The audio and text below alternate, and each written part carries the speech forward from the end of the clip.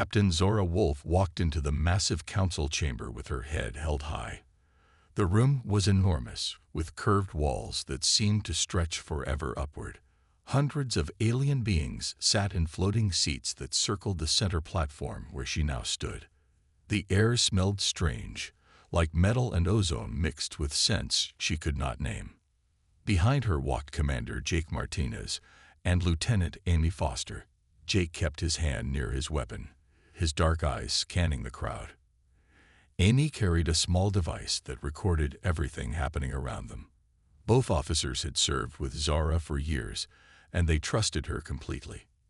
The aliens stared down at the three humans. Some looked like giant insects with clicking mandibles. Others were made of living crystal that glowed with inner light. A few appeared to be clouds of gas held together by energy fields. Zara had studied them all before coming here. She knew their strengths and their weaknesses. The High Chancellor, a tall being covered in blue scales, rose from his golden throne. His voice echoed through the chamber when he spoke. Captain Wolfe of the human species, you stand accused of war crimes against the Hegemony Alliance. Your ships attacked civilian targets. Your soldiers showed no mercy to prisoners. Zara listened without moving. Her face showed no emotion. She had heard these lies before. The truth was different. The Hegemony had started the war by attacking human colonies. They had killed women and children on 3 different worlds. When humanity fought back and won, suddenly the Council cared about war crimes. The Galactic Council has decided. The Chancellor continued. Humanity must surrender all colonial territories beyond your home system. Your military will be disbanded.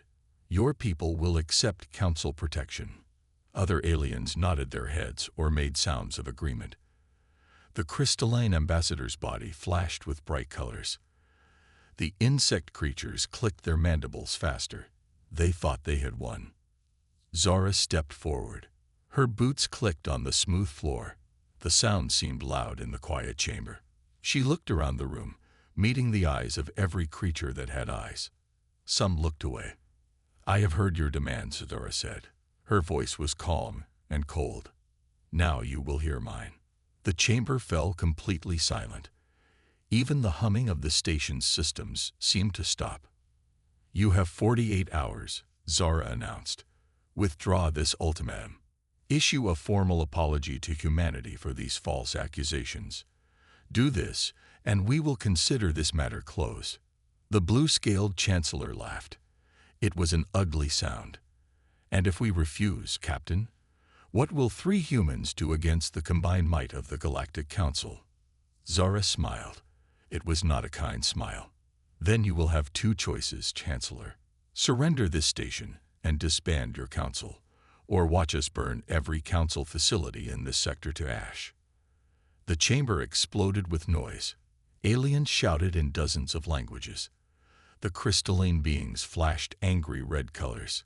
The gas creatures swirled faster. Several aliens stood up from their seats, pointing at the humans with claws, tentacles, and appendages. The Chancellor raised his hand for silence. His scales had turned a darker blue. You cannot be serious, Captain. 1 human ship against our entire fleet. Who said anything about 1 ship? Zara asked. Her smile grew wider. Commander Martinez touched his earpiece and nodded to Zara. Right on schedule. Check your sensors, Zara told the Council. My fleet has been waiting at the edge of this system since yesterday. 200 ships, all armed with weapons you have never seen before. The Chancellor's aide whispered something in his ear. His blue scales went pale. Around the chamber, other aliens were getting similar reports. Their confident expressions changed to worry, then fear. Zara turned to leave. Jake and Amy fell and stepped beside her. As they reached the exit, she looked back one more time. 48 hours, she repeated. I suggest you use them wisely. The chamber doors closed behind them with a soft hiss. Outside in the corridor, Amy looked at her captain with admiration. Think they'll take the deal? She asked. Zara's smile was cold as space. No, but that's what we're counting on. Captain Zara Wolfe stood on the bridge of the UTS Vengeful, watching the stars through the main window. Her ship was huge, longer than 3 city blocks, and filled with the most advanced weapons humanity had ever built. Around her, the crew worked at their stations, preparing for what might be the most important battle in human history. First Officer Sam Rodriguez walked up beside her. He held a tablet showing fleet positions. "All ships are in position, Captain. The Council still hasn't detected us. Our stealth systems are working perfectly." Zara nodded. The human fleet hung in space at the edge of the system, hidden behind a small moon. 200 ships waited for her orders, destroyers, cruisers, and 3 massive dreadnoughts like her own. Each one carried weapons the aliens had never seen before. Down in engineering, Lieutenant Commander Lisa Harper worked with her team around a massive machine. The device hummed with dangerous energy. It was humanity's secret weapon, something they called an antimatter projector. Lisa had spent 3 years building it. The weapon could cut through any known shield like a knife through paper. "Power levels are stable," one of her engineers reported. "The projector is ready for combat operations." Lisa smiled. She had been waiting to test her creation in real combat. The Council would learn that humans were much more dangerous than they thought. On the other side of the ship, Colonel Ben Carter briefed his Marines in the main hangar. 500 soldiers in black armor stood at attention. These were not ordinary troops. They were the best fighters humanity could produce, trained for boarding enemy ships and taking space stations. "Remember," Carter said, his voice echoing in the large space, "we want prisoners and information. Kill only when you have to. Show them we are better than they think we are." The Marines nodded. They had fought the hegemony and won every ground battle. Now they would face new enemies, but they trusted their colonel and their captain. In the communication center, Officer Emma Ross listened to dozens of alien voices. Her team had been monitoring Council transmissions for hours. Most aliens were talking about the human threat, but they did not believe it was real. "They think we are bluffing," Emma reported to Captain Wolfe through her earpiece. "The Vorthek ambassador is laughing about primitive human weapons. The Zephyrian fleet commander says one of their ships could destroy our entire fleet." Zora almost smiled. Let them think that. The surprise would be even better. Chief Petty Officer Alex Wells sat surrounded by computer screens. His job was to blind enemy sensors and communications when the battle started. He had studied alien technology for years and knew their weaknesses. "Their communication system has a fatal flaw," he explained to his team. "One virus in the right place, and their entire network goes down. They will be fighting blind and deaf." Dr. Helen Price worked in her laboratory, studying captured hegemony weapons and shields. She had discovered something important. All Council technology was based on the same basic principles. If you could beat one species' shields, you could beat them all. Meanwhile, in her private quarters, Zara read a message from Earth. Admiral Kate Stevens had sent it hours ago. The words were careful, but the meaning was clear. Earth's government could not officially support her actions, but unofficially, they wanted her to succeed. The message ended with a personal note. "Make them remember why they should fear humans, Zara. The galaxy needs to know we are not weak." Zara deleted the message and returned to the bridge. Commander Martinez met her with a report. "Captain, we have been monitoring Council fleet movements. They are bringing ships from 6 different systems to defend Nexus Prime, but they are also pulling ships away from their forward bases." "Perfect," Zara said. That was exactly what she had hoped for.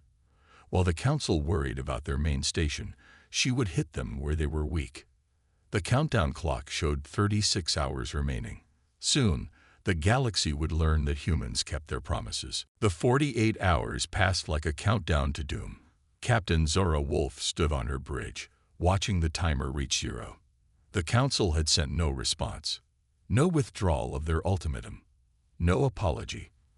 They thought humans were weak. They were about to learn how wrong they were. "Target confirmed," Commander Martinez reported. "Kepler station is in range. Council forces show no signs of movement." Kepler station was huge, a military base that controlled 3 star systems.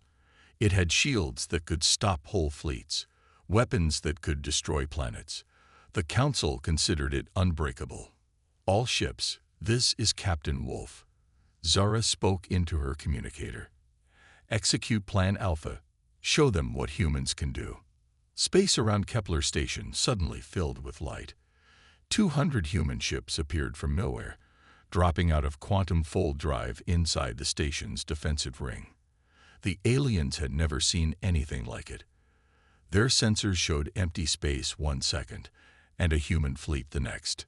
Chief Wells worked at his station, fingers flying over controls, jamming all frequencies. Captain, they cannot talk to each other or call for help. The station's defenses tried to respond, but they moved too slowly. Human ships were faster, more flexible. They danced around the station's big guns like fighters avoiding a giant's fists. Antimatter projectors ready, Lieutenant Harper reported from engineering, targeting their main shields. Fire, Zara ordered. Beams of pure energy shot from the human ships. The station's shields, which had never been broken, simply disappeared. The aliens inside could not believe what they were seeing. Their strongest defenses were gone in seconds. Human Marines launched from their ships in small pods. Colonel Carter led the first wave, his black armor gleaming in the station's lights. The pods crashed through the station's hull, and Marines poured out like angry insects. Inside the station, alien soldiers tried to fight back, but they were not ready for humans. The Marines moved fast, worked together, and hit hard. Each human soldier was worth 10 aliens in close combat. Level 3 secured, Carter reported over the radio. Moving to the command center. On the bridge, Communications Officer Ross listened to alien voices filled with panic. They are calling for help, Captain, but no one can hear them through our jamming. The battle was short but fierce. Human weapons cut through alien armor. Human tactics confused enemy commanders. Within 2 hours, Kepler station belonged to humanity. Zara walked through the station's command center. The alien commander, a tall insect creature with 4 arms, lay wounded on the floor. His green blood pooled around him. Your name? Zara asked in his language. General Thakmor of the Zephyrian fleet, he replied. His voice shook with pain and fear. You will broadcast your surrender to the galaxy, Zara told him. You will tell them that humans keep their promises. The general looked at her with his large black eyes. He had lost everything in one morning. His station, his fleet, his honor, but he was still alive, and so were most of his soldiers. The humans could have killed them all, but they chose not to. Why? He asked. Why do you spare us? Zara helped him to his feet. Because we are not like you think we are. We fight to protect, not to destroy. Minutes later, the general's surrender went out across the galaxy. Images of human Marines taking the station. Videos of alien soldiers laying down their weapons. The mighty Kepler station under human control. On 1,000 worlds, aliens watched the news in shock. Some called for war. Others began to wonder if fighting humans was a good idea. Captain Wolfe stood in the station's communication center, sending her own message to the council. 1 station taken. Many more to go. You still have time to surrender. The news of Kepler station's fall spread across the galaxy like fire. In the council chambers on Nexus Prime, panic filled the air. Alien ambassadors shouted at each other in dozens of languages. Fear replaced their earlier confidence. The Vorthek ambassador, his crystal body flashing angry red, slammed his fist on his desk. We must strike back immediately. Send every fleet we have. But the delegate from the Harmony Coalition shook her head. Her people were known for peace, not war. Perhaps we were wrong to threaten the humans. They are clearly stronger than we thought. The insect-like Zephyrian delegate clicked his mandibles nervously. My general at Kepler station is still alive. The humans could have killed everyone, but they did not. Why? On the other side of the galaxy, Captain Wolfe smiled as she read the intercepted messages. Intelligence Officer Ryan Cooper sat beside her, sorting through captured alien communications. His computers showed him everything the Council said to each other. "Look at this, Captain," Ryan said, pointing to his screen. "The Vorthek ambassador called humans dangerous animals that need to be put down like mad dogs. But the Harmony Coalition wants to negotiate." Zara nodded. "Good. Send that Vorthek message to every news network in the galaxy. Let everyone see what the Council really thinks of younger species." Within hours, the ambassador's words were everywhere. Humans were not the only ones who felt insulted. The snake-like Strathi had joined the Council only 50 years ago. The warrior Krogans were barely accepted despite their strength. Many species began to wonder if they would be next. Captain Laura Hayes led her strike team against the Council Intelligence Center at Alpha Prime. Her ships dropped out of fold space right next to the facility. Before the aliens could react, human soldiers were inside.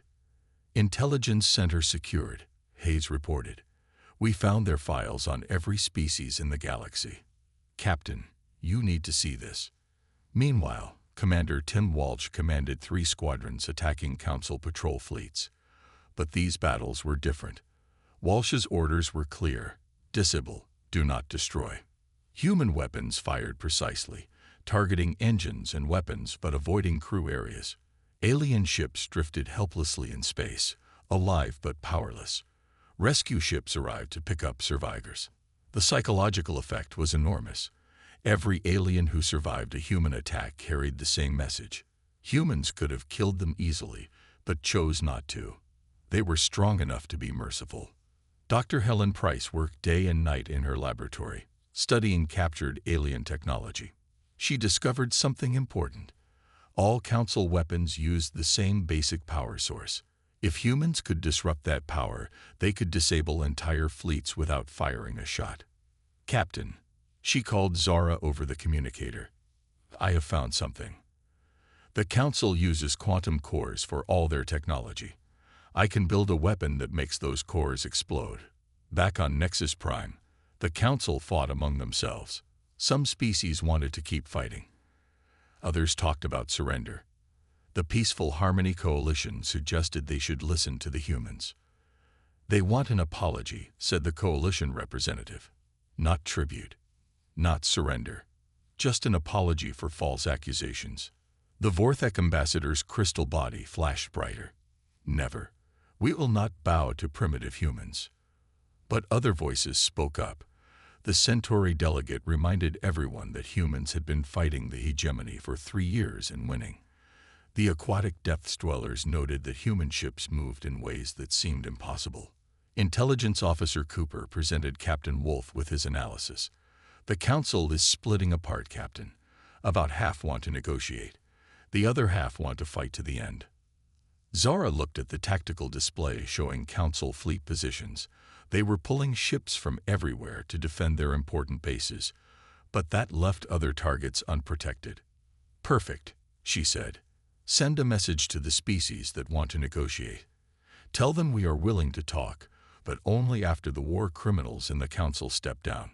The galaxy held its breath, waiting to see who would blink first. 5 days after the war began, everything changed. A massive alien ship appeared near Nexus Prime, but it was not flying Council colors. The vessel belonged to the Hegemony Alliance, humanity's original enemy. Aliens across the galaxy watched in shock as Admiral Thexfar himself came to the station. The Hegemony Admiral was a giant creature, twice as tall as a human and covered in thick gray scales. His people had fought humans for 3 years. Everyone expected him to offer help to the Council. Instead, he asked to speak with Captain Wolfe. In the Council chambers, Ambassador Zerkoth of the Vorthak stood furious. His crystal body flashed bright red with anger. "Admiral Thexfar, your alliance was defeated by these humans. Why are you here?" The huge alien looked down at the crystal being. "I am here because we learned something fighting the humans, something you have not learned yet." Captain Wolfe arrived at Nexus Prime in a small shuttle. She brought only Commander Martinez and Lieutenant Foster with her. The Council had promised safe passage, and she trusted human weapons to keep that promise. Admiral Thexfar met them in a private room away from the council chambers. His voice was deep like thunder when he spoke. "Captain Wolfe, my people fought yours for 3 years. We won many battles at first. We thought humans were weak because you are small and young." Zara listened carefully. The Admiral's gray eyes held something like respect. "But every time we defeated human forces, something strange happened. The next battle was harder. You adapted to our weapons. You learned from every defeat. By the end, we could barely fight you at all." Admiral Thexfar stood and walked to the window. Outside, both human and hegemony ships floated in space, no longer enemies. "The Council thinks this war is about punishing humans for fighting back.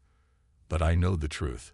Some Council members believe young species like humans, Srathi and Krogans, will become too powerful. They plan to eliminate us before we get stronger." This news hit Zara like a shock. She had thought the war was about territory and power, but it was really about survival. "You have proof of this?" she asked. The Admiral handed her a data crystal. Communications between Council leaders. Plans to release biological weapons that target young species. They call it the final solution. Humans were just the first target. Captain Wolfe studied the data on her tablet. The evidence was clear. Several Council species, led by the ancient Vorthak, planned genocide against dozens of younger races. "Why tell me this?" Zara asked. "Your people died fighting mine." Admiral Thexfar's scales rumbled with what might have been laughter. "Because fighting humans taught us something important. You do not just win battles. You win hearts. You showed mercy to defeated enemies. You protected innocent people. These are not the actions of a species that deserves to die." Back on the Vengeful, Dr. Helen Price analyzed the hegemony data. What she found made her go pale. The biological weapon was almost ready. It would kill based on genetic markers common in species less than 1,000,000 years old. "Captain," she reported over the communicator, "this weapon would kill 90% of the galaxy's population. Every young species would be wiped out." The news spread quickly to other species. The snake-like Srathi sent secret messages offering their spy networks. The warrior Krogans dispatched ships to help human forces. Even some peaceful species like a Harmony Coalition began preparing for war. On Nexus Prime, the Council chambers were in chaos. The evidence of the conspiracy was spreading across the galaxy. Some ambassadors demanded the arrest of the conspirators. Others defended the plan. Ambassador Zerkoth stood before the assembly. "Young species are a threat to galactic stability. They must be controlled or eliminated." But other voices spoke against him. The Srathi representative hissed angrily. The Krogan delegate roared challenges. Even some older species seemed shocked by the conspiracy.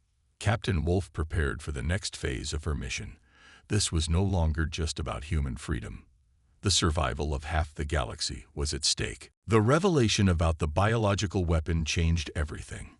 Species that had been enemies for centuries now worked together. Captain Wolfe found herself leading an alliance she never expected to command. The Srathi were the first to offer real help. Their leader, Ambassador Shasha, met with Captain Wolfe in secret.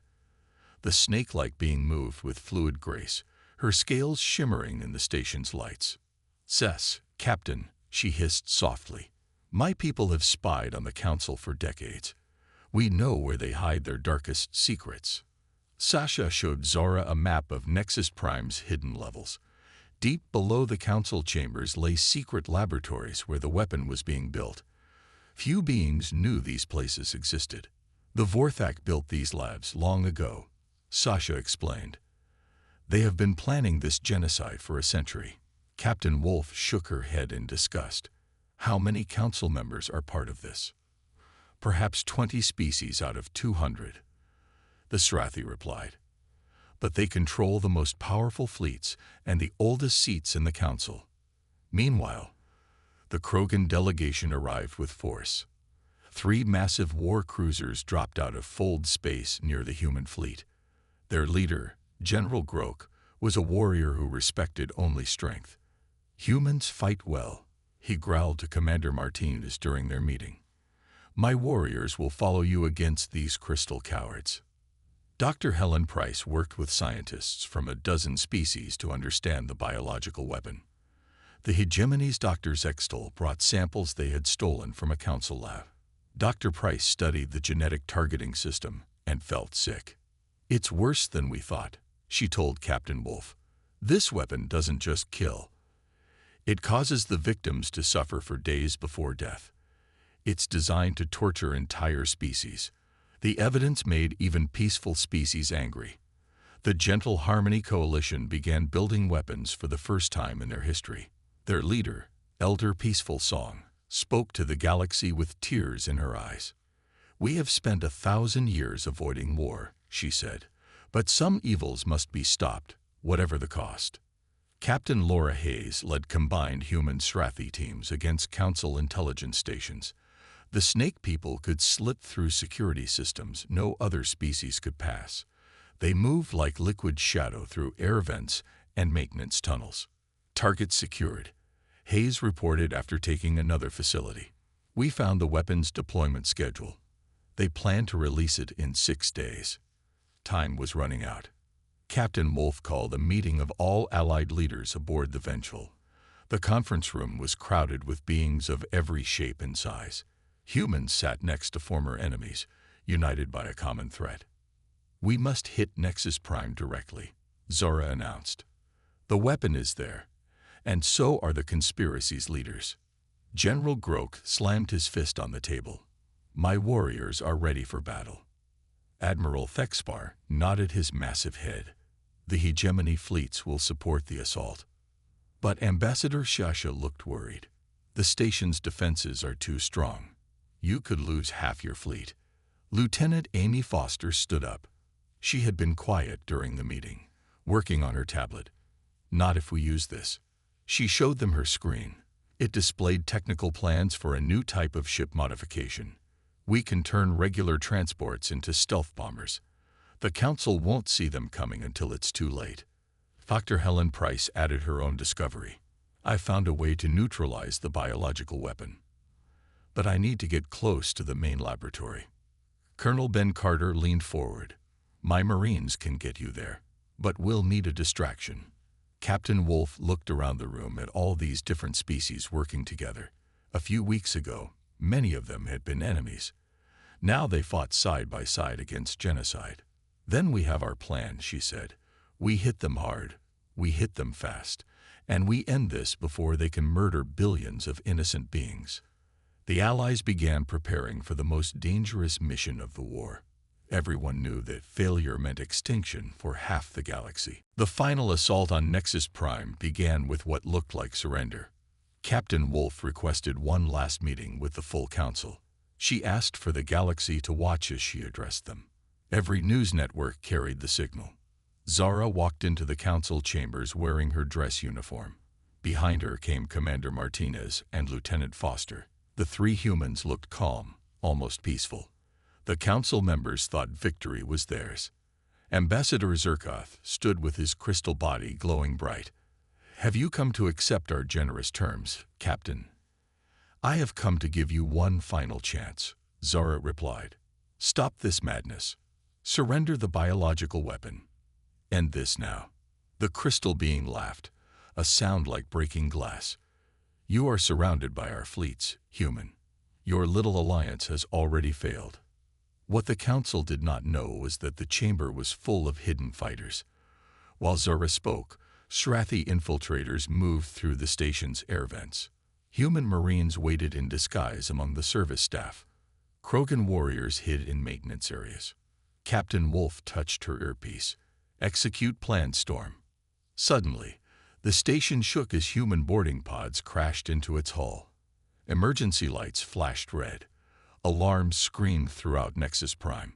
The council members looked around in panic as explosions echoed through the corridors. Commander Martinez and his team burst from their hiding places in the chamber. Srathi warriors dropped from ceiling vents like liquid lightning.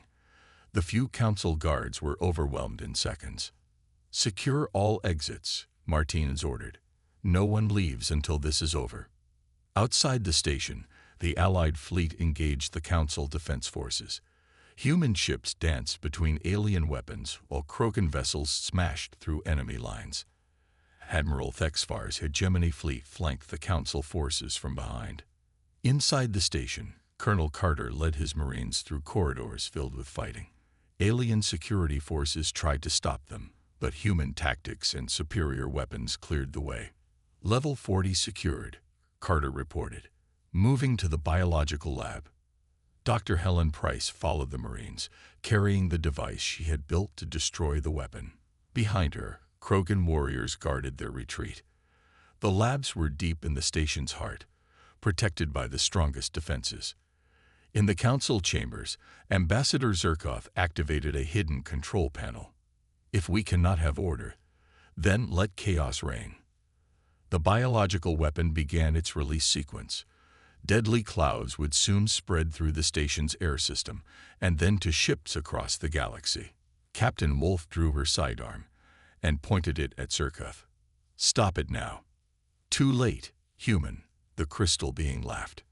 "Your species and all the others will die in agony." But Zurkov had not counted on Dr. Price's sabotage. Weeks ago, she had corrupted the weapon's targeting data. Instead of killing young species, it would target the ancient DNA patterns of the conspiracy members themselves. The Crystal Ambassador felt the change immediately. His body began to crack and darken. Other conspiracy members around the chamber fell to the floor, their own weapon turning against them. "Impossible," Zurkov gasped as his crystal form shattered. "We planned for centuries." "You planned for genocide," Zara said coldly. "But you forgot that humans adapt." Dr. Price reached the main laboratory and activated her device. The biological weapons storage tanks exploded in harmless flashes of light. The threat that could have killed billions was gone forever. Throughout the station, Council forces laid down their weapons. With their leaders dead or fleeing, most aliens had no wish to continue fighting. The conspiracy that had threatened half the galaxy was broken. Captain Wolfe stood in the ruined council chambers, speaking to the cameras that still broadcast to the galaxy. "The war is over," she announced. "The weapon is destroyed. Those who threatened genocide are dead. Now we must build something better." 6 months after the battle at Nexus Prime, the galaxy looked very different. The old council was gone, replaced by something new. Captain Zara Wolfe stood in the same chamber where she had once delivered her ultimatum, but now she wore the simple uniform of the Galactic Federation. The chamber was full again, but the mood was completely changed. Representatives from 200 species sat together as equals. The Strathi delegate sat next to a human ambassador. Krogan warriors shared jokes with former enemies. Even some Vorthak who had not joined the conspiracy took part in the new government. "The vote is unanimous," announced Elder Peaceful Song of the Harmony Coalition. "Captain Wolfe is elected as the first Director General of the Galactic Federation." Applause filled the chamber. Species that had fought each other for centuries now worked together. The new government was messy and loud, with endless debates and arguments. But it was fair. Captain Wolfe had won the position not through politics, but through strength and honor. Every species respected her for ending the conspiracy and preventing genocide. Even those who had opposed humans now trusted her judgment. "I accept this responsibility," Zara said, standing at the center of the chamber. "But I want to be clear about something. This federation belongs to all of us. No single species will rule over others." The changes went beyond politics. Human technology spread through the galaxy, shared freely with allies. Lieutenant Amy Foster, now chief engineer of the Federation, worked with alien scientists to improve life for everyone. Dr. Helen Price led a new medical research center, developing cures for diseases that had plagued alien species for centuries. Her team included beings from dozens of worlds, all working together. Commander Jake Martinez had become Admiral Martinez, head of the Federation fleet. His ships patrolled former Council territories, protecting trade routes and stopping conflicts before they could start. "Any word from the outer systems?" Zara asked him during their weekly meeting.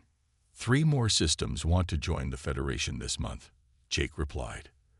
The Rigel colonies are asking for our help against pirates, and the Centauri have sent gifts of rare metals. Not everything was perfect. Some older species still grumbled about human influence. Pirates and rebels sometimes attacked Federation ships. A few systems tried to restart old wars. But peace held. The threat of another conspiracy made most species value unity over old hatreds, and everyone remembered what happened to those who chose genocide over cooperation. Zara often walked through Unity Station, the renamed Nexus Prime. She saw human children playing with young aliens, scientists sharing discoveries, traders from distant worlds doing business together. One day, she received a message from Earth. Admiral Kate Stevens wanted to know if Zara would accept a promotion in the human fleet. Earth offered her any position she wanted. Zara smiled as she composed her reply. "Thank you, but my place is here. The galaxy still needs someone to watch the Watchers." She stood on the observation deck of Unity Station, looking out at the stars. Human ships flew alongside vessels from hundreds of worlds.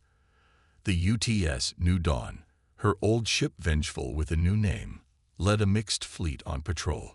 Lieutenant Colonel Ben Carter's voice came over the communicator.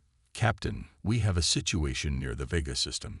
Slavers are attacking a peaceful colony." Zara straightened her uniform. "Prepare my ship, Colonel. Let's go remind them that the galaxy has new rules." As her shuttle approached the New Dawn, Zara thought about how far they had all come. Humans had started this war to protect themselves. They had ended it by protecting everyone. The galaxy was free, and it would stay that way. She would make sure of it.